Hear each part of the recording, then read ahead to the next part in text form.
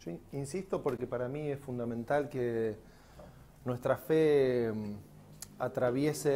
nos atraviese como comunidad, ¿no? Que uno pueda volver a casa y mientras trabaja en la semana, o mientras estudia, o mientras se reúne con un amigo, tomando unos mates o un café, esté atravesado por la fe. Y uno diga, esto la verdad es lo que soy.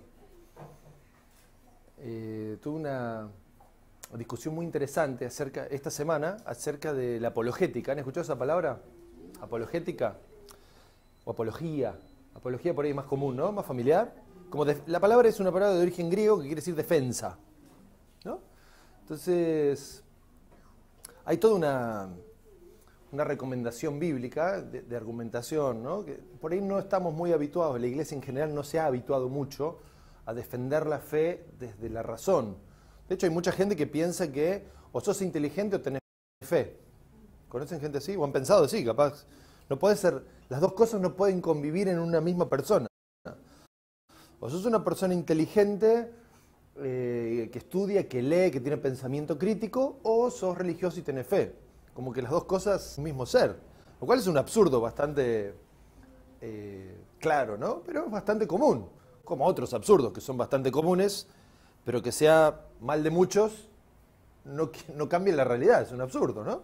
Entonces, discutía con un par de amigos acerca de la necesidad que tenemos de desarrollar una habilidad o desarrollar el hábito de poder defender nuestra fe con una argumentación clara.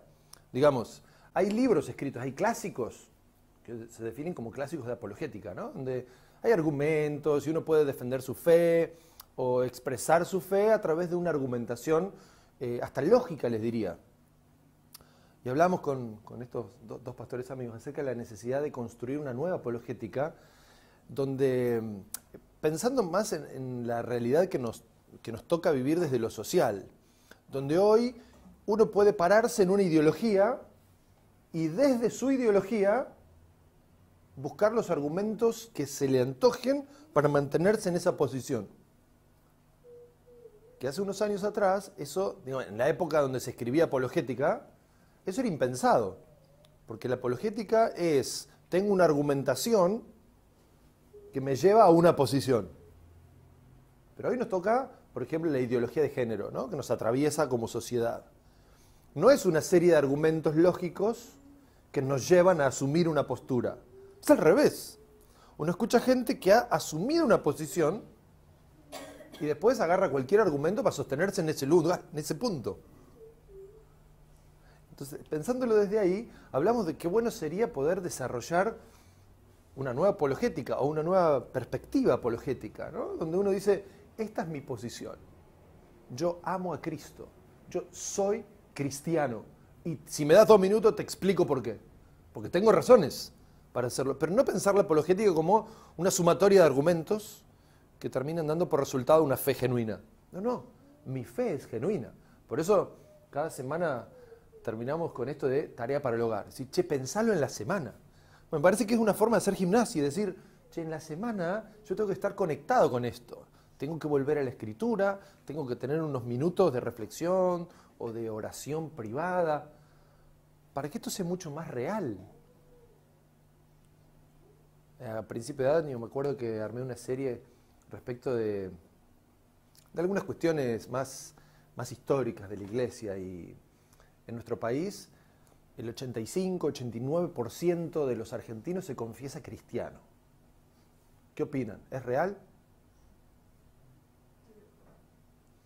Yo creo que si eso fuera real, Argentina sería otro país. Si digamos, saquemos el 5%, ¿no? Digamos el 80% para redondear, de 10, 8 son cristianos y están atravesados por la Escritura y viven con fe en lo que Dios puede hacer. Creen profundamente que Jesús es su Salvador, pero no como una cuestión histórica, teológica, sino como una cuestión real. Estoy en una crisis, estoy en un problema, Él es mi Salvador. ¿Se acuerdan la imagen de la manito saliendo del agua del sábado pasado? Ese es mi Salvador. Hoy puedo estar naufragando y Él sigue siendo mi Salvador, acá, contextualmente, hoy. Eso está bueno. Hoy hay otro concepto que sigue con esta serie de ¿qué tiene que ver Jesús conmigo? Y lo anoté así, no está mal escrito, está así como lo pensé, ahora les voy a contar por qué. Proveedor. ¿Qué le sugiere escrito así? Bueno, la palabra sería proveedor sin el guión, ¿no? ¿Qué se entiende por proveedor?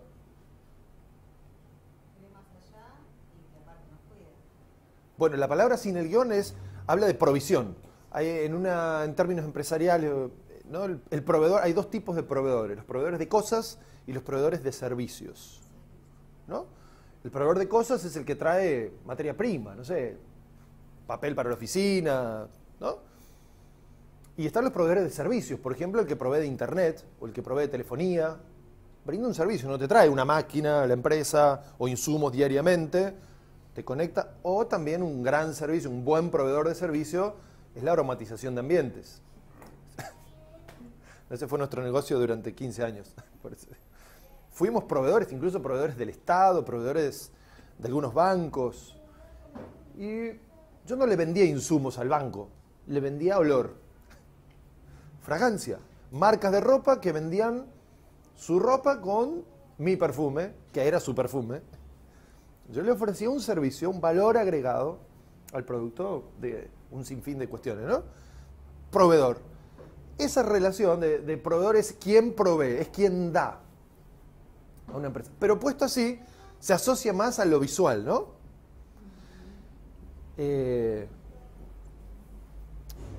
Bueno, algunos más grandes saben quién es Mariano Grondona, ¿no? Sí. Yo recuerdo mi abuela era fanática de ese hombre, mi papá en una época también. Y no sé, los que lo han visto haciendo reflexiones o editoriales en sus programas de tele, ¿qué particularidad tenía ese muchacho? Ahora es un señor muy grande, ¿no? ¿Se acuerdan? Daba explicaciones semánticas o gramaticales de palabras que provienen del latín. Lingüista, el hombre es lingüista, ¿no? Aparte periodista. Entonces daba explicaciones de este tipo. Yo hoy me acordé de él cuando anoté así, con el guión. Digo, porque es una palabra, proveedor, es la conjugación de 3 palabras del latín.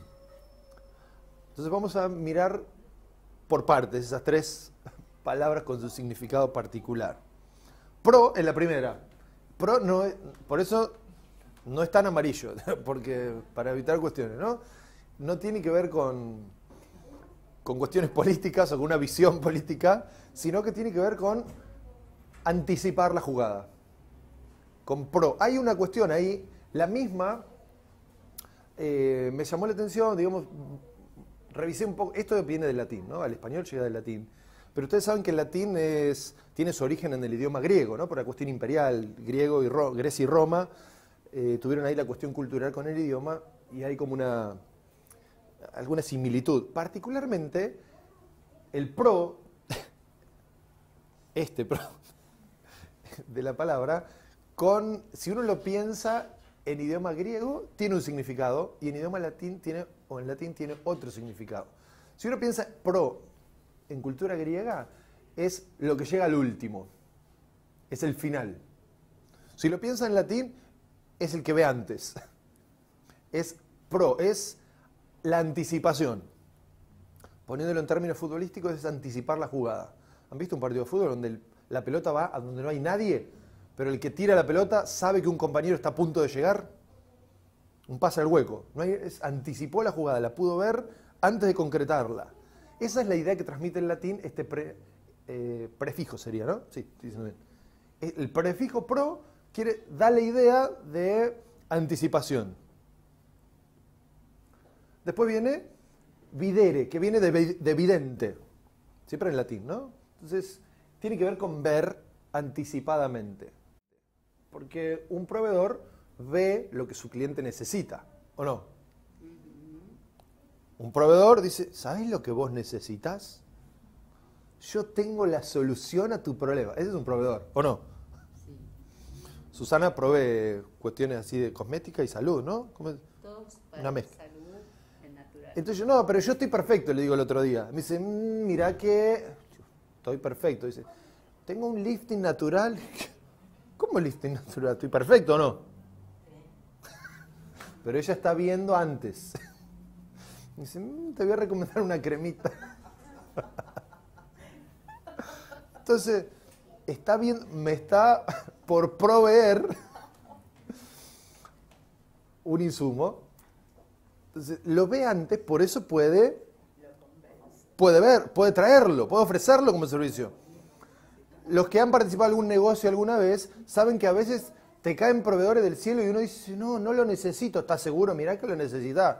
Y es un plomazo y uno sabe cómo sacárselo. Yo en Tandil un día que fui, cayó en la universidad un servicio de emergencia privada. Dice, no, está bien, tenemos un seguro. No, pero mirá que si tenés un accidente, no lo necesitamos, estamos cubiertos, muchas gracias. Pensalo mejor, mirá que es una gran oportunidad. No, no lo necesitamos, estamos cubiertos, tenemos ese servicio. Bueno, pero sí, hay proveedores que somos muy insistentes. Pero a veces, no me diga que nunca le pasó, te ofrecen algo y decís, ¿cómo no lo había pensado? Es justo lo que necesito. ¿Pasa o no? Totalmente. No en el caso del lifting, pero en otros casos hay cosas que vienen justo. Hay cosas que vienen justo y uno dice, menos mal que apareció este proveedor porque yo no me daba cuenta que tenía esta necesidad. Hay todo un tema de juego de mercado ahí, ¿no? Te generan una necesidad y después te la suplen. Todo un tema. Entonces, es ver anticipadamente y el final tiene que ver con el agente o con la función netamente de aprovisionamiento. El sufijo sería, ¿no? El dor. Que para el latín, acá no es muy académico, pero en el latín el sufijo dor indica la fuerza del prefijo. Entonces, el dor es lo que le da fuerza al pro. ¿Usted dice que esto no era Biblia? Sí, ahora vamos. Hay un texto en la Biblia que he marcado para hoy. Está en una carta que escribe el apóstol Pablo, que se llama Filipenses. Es una carta que el apóstol escribe a una iglesia que está en una ciudad que se llamaba Filipos. Capítulo 4, verso 19, viene lo que dice el apóstol Pablo. Y mi Dios proveerá a todas sus necesidades conforme a sus riquezas en gloria en Cristo Jesús. ¿Está bien, no? Tiene que ver. La pregunta que tengo para que nos llevemos a casa y reflexionarla durante la semana es, ¿cuáles son mis necesidades? Porque no todos tenemos las mismas, ¿no? Voy a dar algunos ejemplos solamente. Hay gente que planifica sus vacaciones y está en una situación muy, digamos, de escasez o de apretura económica, ¿no? Entonces el deseo más o menos para esta altura del año, cuando uno ya viene medio cansado y está pensando en las vacaciones, su oración o su ruego o su plan vacacional es, aunque sea 3 días en una carpa en la costa. Y sueña con eso. Y esa es su proyección de vacaciones y no, lo necesito desconectar. Y para él desconectar es 3 días en una tiendita de lona en la playa. Y siente que con eso recupera y tiene fuerza para tirar 8 o 10 meses más de laburo. Hay gente que hasta el altura del año dice, no, yo tengo que pagar un crucero. Yo necesito mínimo para desconectar 45 días en alta mar. Y uno puede emitir una valoración respecto y decir, bueno, las dos cosas son exageradas, no necesitas ni un crucero y tampoco mucho vas a hacer en 3 días de carpa, ¿no? En la playa, digamos. Son como dos extremos, pero créanme que hay gente que lo presenta las dos cosas como necesidad, ¿o no? Sí, sí. Hay gente que tiene necesidades que uno puede considerarlas como ridículas. No sé si escucharon, creo que alguna vez lo conté acá, la historia de los 2 hombres que llegaron al templo a orar de madrugada y uno estaba pidiéndole a Dios un sándwich porque tenía hambre, ¿no? Entonces, Señor, quiero comer, por favor, dame un sándwich, necesito comida. Y el otro era un empresario que tenía que tomar una decisión de unos cuantos millones de dólares esa mañana. Entonces estaba, Señor, dame dirección, quiero tener claridad para firmar los papeles, guíame en esto. Y el que estaba con hambre gritaba cada vez más fuerte. Entonces el empresario se paró, le dio 100 pesos y le dijo, toma, anda a comprarte el sándwich, pero no me lo distraigas porque lo mío es realmente importante. Entonces, uno se podría preguntar a cuál de los dos Dios le respondió primero. Si el que tenía hambre o al otro, ¿no? Entonces, cada uno con su necesidad, lo fantástico que tiene esto, A mí me gusta comparar o pensar, reflexionar acerca de la distinción o la diferencia que hay entre el cristianismo y cualquier otra propuesta religiosa en la historia de la humanidad. Ni siquiera hablo contextualmente en nuestra generación. Todas las religiones desarrolladas por el ser humano tienen un común denominador. Nos dicen o le dicen al hombre lo que tienen que hacer para que Dios esté contento. Digamos, eso viene, si uno mira el imperio egipcio, por ejemplo, el antiguo imperio egipcio y su fascinación con el Nilo o con el dios Sol, ¿no? Eso los obligaba a cierta ritualidad. ¿Cuál era el temor de los egipcios? ¿Por qué adoraban al sol y consideraban que Faraón era como la descendencia o el hijo del sol? Y porque el sol era un dios que salía todas las mañanas y los acompañaba durante los quehaceres, pero en determinado momento se iba a descansar y quedaban desprotegidos. Quedaban con frío, sin luz. Entonces tenían que tener la seguridad de que ese Dios a la mañana siguiente saliera otra vez del horizonte. Entonces había que estar muy bien con ese Dios. Estamos hablando de 5000 a.C., una cosa así. Y eso ya era parte de la humanidad. Hagamos algo para que Dios esté contento y el Dios vuelva a salir. Otro de los dioses de Egipto era el río Nilo, ¿no? Porque ese les proveía comida, básicamente. Sembraban en las costas del Nilo y dependían de eso. Entonces, el Nilo era un dios digno de adoración. Imagínense qué pasaba con ese imperio si un año el agua no inundaba las costas y no había mesetas a donde sembrar. Entonces, había que venerar a ese dios para que proveyera lo que uno necesita. Y eso es un patrón en la historia religiosa de la humanidad. Immanuel Kant decía que el ser humano es enfermizamente religioso. Está enfermo de religión. El ser humano es religioso en su naturaleza. A veces hasta el agnosticismo es percibido como religión, ¿o no? No, yo no creo. ¿Por qué? Porque no. Y es casi una religión, ¿o no? Entonces, si miramos cualquier segmento de una línea de tiempo, ¿no? La historia completa de la humanidad, vamos a encontrar un principio religioso indefectiblemente. Y hay un común denominador en todas las expresiones religiosas. Y hay que hacer algo para que Dios te dé algo. Es como una gran negociación. El cristianismo se distingue de todas las formas religiosas porque la Biblia no nos cuenta lo que uno tiene que hacer para que Dios haga algo. La Biblia nos cuenta lo que Dios ha hecho. O en el mejor de los casos, lo que Dios va a hacer. Pero no a cambio de lo que uno haga. Porque si no, uno está reduciendo a Dios a mi capacidad o a su capacidad de agradarle. No sé si me explico. Y no es así. Lo que acabamos de leer es una gran declaración del apóstol Pablo. Y él dice, Dios va a proveer para todas sus necesidades. ¿Cuál es mi parte ahí? Bueno, pero tengo que trabajar. Sí, bueno, pero a veces uno trabaja y no puede proveer para sus necesidades. Sin importar en qué lugar de la escala social uno se encuentre. A veces uno se esfuerza y pone lo mejor de sí y no provee para sus necesidades. ¿Qué sería eso? Y necesitar o estar convencido que uno necesita los 45 días en alta mar y solo alcanzar a 2 semanas en Punta del Este. Es frustrante, ¿o no? Porque siente que su necesidad no fue satisfecha.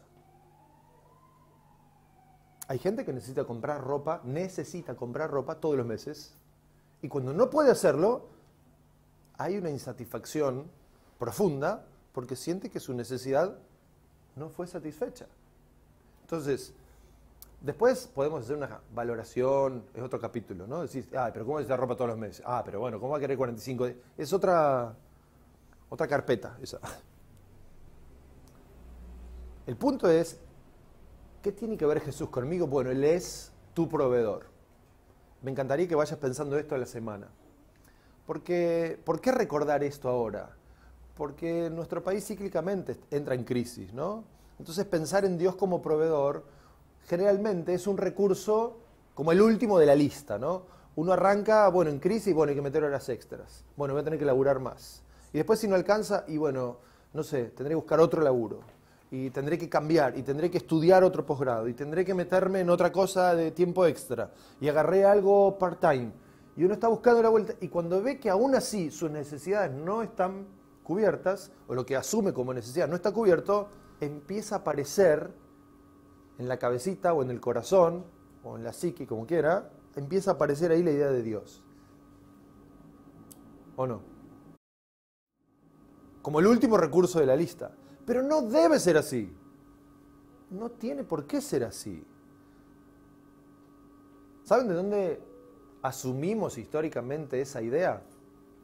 Que hay que ir a la iglesia a pedir, hay que ir a la iglesia a agradecer. Hay gente que dice, no, yo no quiero ir a la iglesia, si cuando esté bien voy. No es el momento apropiado. ¿Qué voy a ir a pedir nada más? No. Yo voy a ir a agradecer. Porque todavía cree que puede hacer cosas para desarrollarse, para sentirse pleno. Entonces considera que no hace falta ir a pedir. ¿Qué le voy a andar pidiendo a Dios? No, eso es para los débiles o para los pobres gentes que no... Mi papá pensó así durante toda su vida. Él me decía, yo era adolescente, y me decía, está bien que vayas a la iglesia, eso te va a hacer muy bien en esta etapa de tu vida. Y él mentalmente decía, la iglesia es un lugar para mujeres, niños e incapaces. No para tipos con amor propio, capaces, inteligentes. ¿Saben de dónde sacó mi papá y muchos otros argentinos esa idea? De la iglesia misma. Si hacemos una encuesta, un trabajo de campo en cualquier iglesia cristiana del país o de Latinoamérica y preguntamos, ¿cuántos de ustedes, imagínense, nosotros acá somos pocos, pero imagínense un auditorio grande, bueno, no sé, mañana vamos a una iglesia a la mañana, hay unas 300 personas. Voy a hacer esta pregunta, ¿cuántos de ustedes llegaron a una vida de fe en el mejor momento de sus vidas? Cuando creían que estaban en el mejor momento, tocando el cielo con las manos y dijeron, ¿qué más le puedo pedir en la vida? Y de pronto despertaron una vida de fe. ¿Qué creen? ¿Habrá muchos que levantan su mano? Anticípenme la votación de mañana. No es cierto? Porque en general, pero eso no es porque el Evangelio no se debe a que el Evangelio viene a suplir necesidades extremas. Mucha gente que se acerca a Dios cuando está en crisis de pareja, cuando está enfermo, cuando está en crisis económica, cuando está peleado con alguien, cuando no puede elaborar un duelo, cuando necesita ayuda, busca refugio en la fe o en Dios. Eso no es real.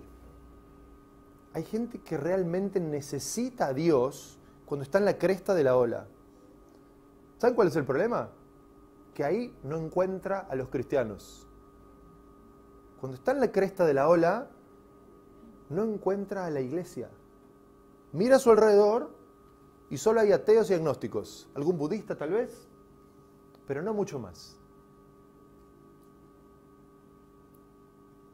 Pero no debe ser así.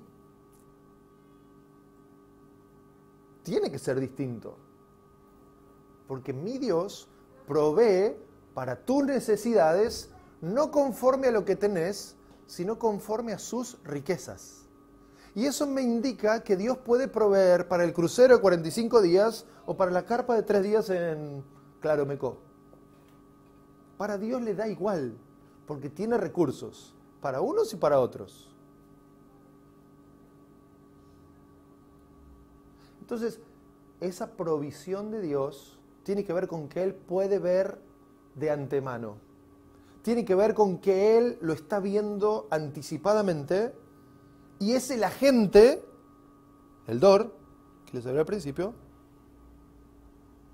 que garantiza lo que está pasando. Depende exclusivamente de Dios, no de mí, no de vos, porque es conforme o de acuerdo, dice la nueva versión internacional, a sus riquezas. ¿Qué opinan?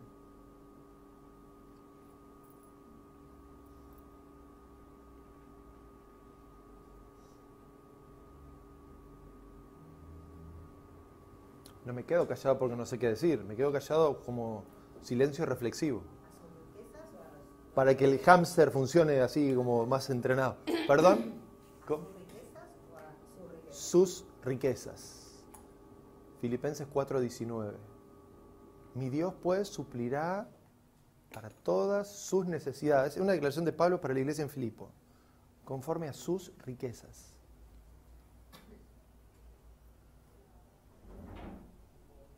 Pensaba estos días qué interesante sería considerar a Dios mi proveedor. Porque cuando hablamos de provisión terminamos en cuestiones, pensándolo en términos económicos, ¿no? Pero a veces uno no necesita plata y necesita poder dormir en paz 7, 8 horas. ¿O no? No hace falta, plata tengo, no. Lo que necesito es dormir de corrido 7, 8 horitas sin tomar pastillas. No pido más. Hay gente que lo que necesita es tener un día de paz en casa. Una semana sin pelear bajo el mismo techo. Hoy un alumno me dijo, necesito una esposa que me ame. Y bueno, flaco, ¿qué querés? Me da el proveedor. Está casada, te equivocó de persona, ¿o no? ¿Le habrás dicho? Mirá. ¿O no? ¿Te equivocaste de persona? ¿Le dijiste o no?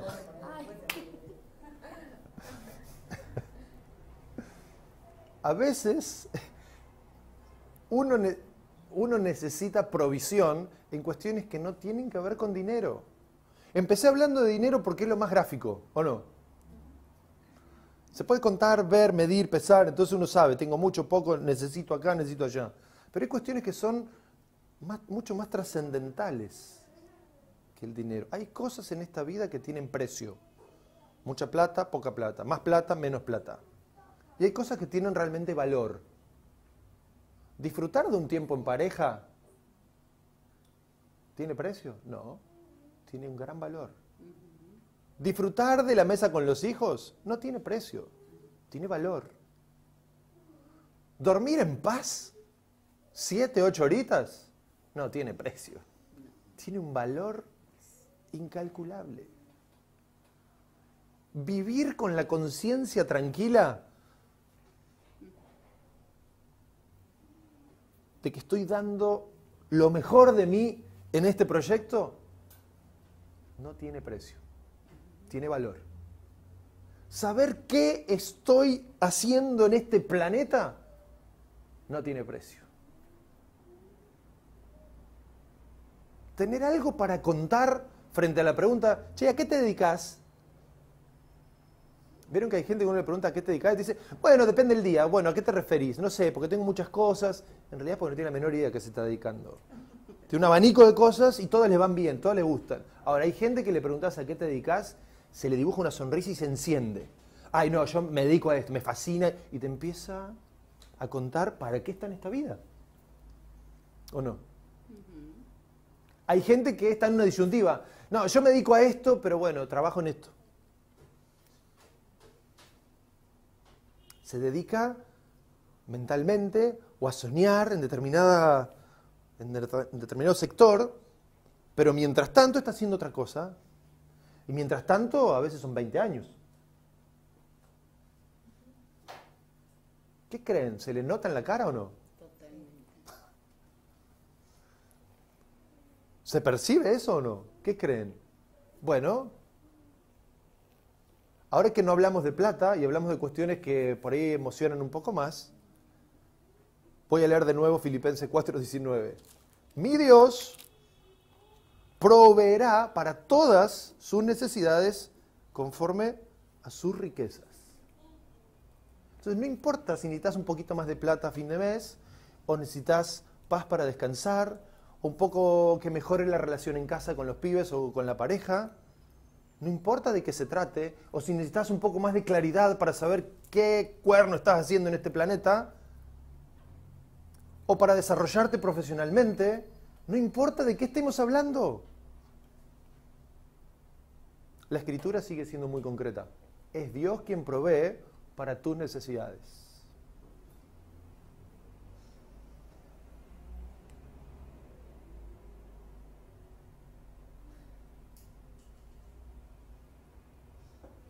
¿Está bien o no?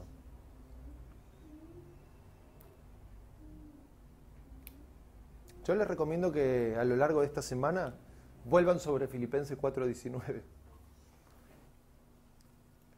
Si por ahí te toca un día de insomnio, o tenés un mal mensaje de WhatsApp que te hace acidez de estómago, o tenés un recuerdo o una llamada telefónica que te arruine un poco el día, o les decía, un recuerdo que te pone en un mal día o en un mal momento, o un sueño que es recurrente pero que se va postergando.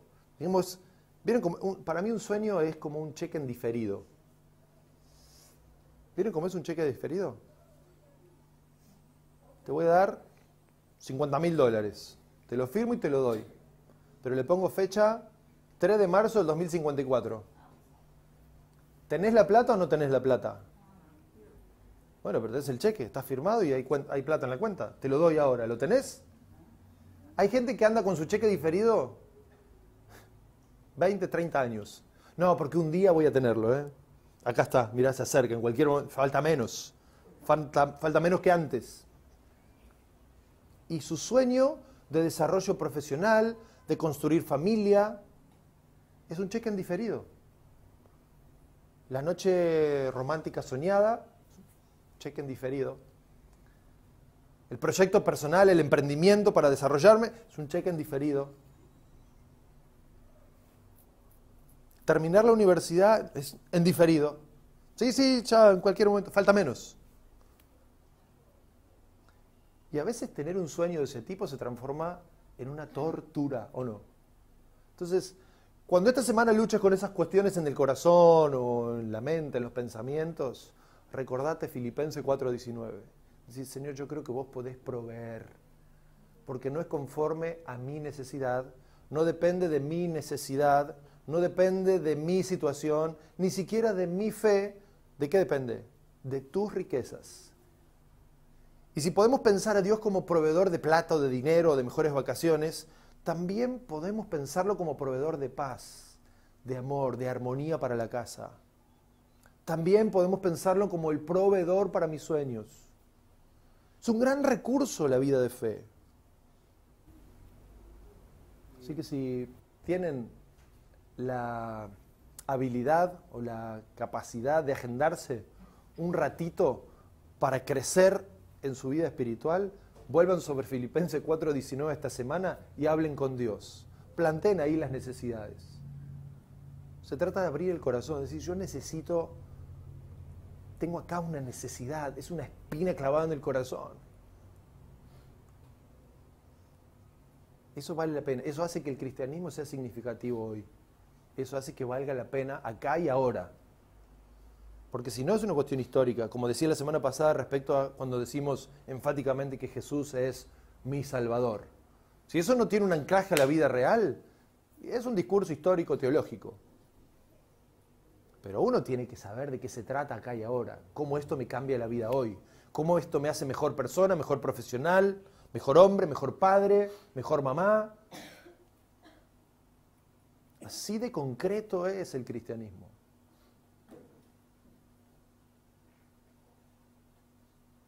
¿Podemos terminar orando? Yo oro ahora, voy a orar por ustedes, pero la oración realmente significativa, la que puede marcar un antes y un después, es la que vos hagas en tu casa en la semana.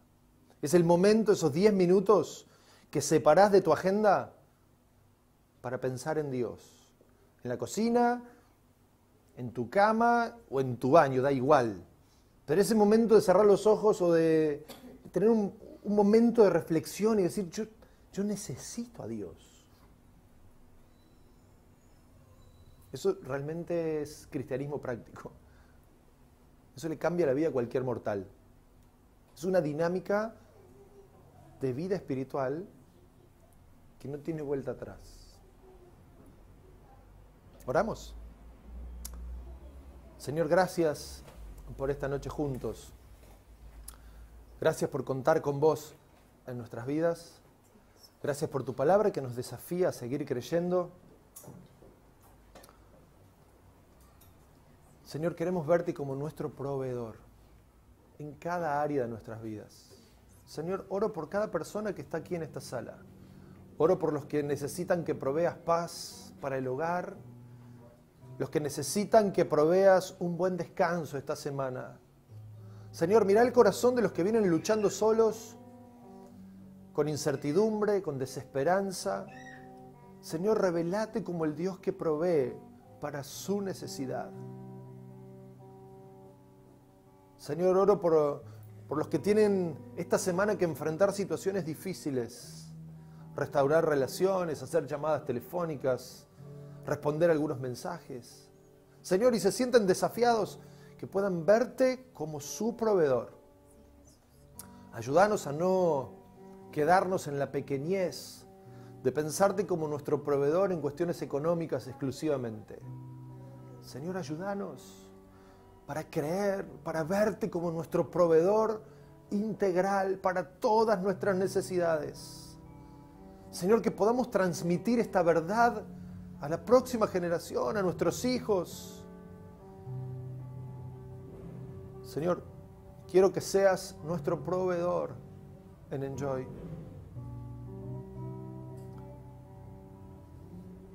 Señor, que se cumpla tu palabra en estos días. Entendemos que podés proveer para nuestras necesidades, sin importar de qué se trate, conforme a tus riquezas. Abrimos nuestro corazón para que tu palabra se cumpla entre nosotros a lo largo de toda esta semana. En el nombre de Jesús. Amén. Y amén. Amén quiere decir que así sea. Y es mi mayor deseo para todos ustedes a lo largo de esta semana, que puedan descubrir a Dios como su proveedor, porque es una gran verdad espiritual. Dios tiene recursos, tiene riquezas para proveerte. No lo limites a pensar en unos pesos más, un poco más de plata en tu cuenta. Es demasiado poco. Empezá a ver a Dios como tu proveedor de cuestiones mucho más profundas. Esas que a lo mejor buscaste por años, que tienen que ver con realización, tienen que ver con sueños en diferido. Dios es mi proveedor para este sueño. Dios es el proveedor de mi realización personal. Si tenés alguna relación que está quebrada, Dios es el proveedor que trae amor a esa relación. Por mi parte es un deseo y será mi oración. Ojalá Dios quiere revelarse a sus vidas como el proveedor absoluto.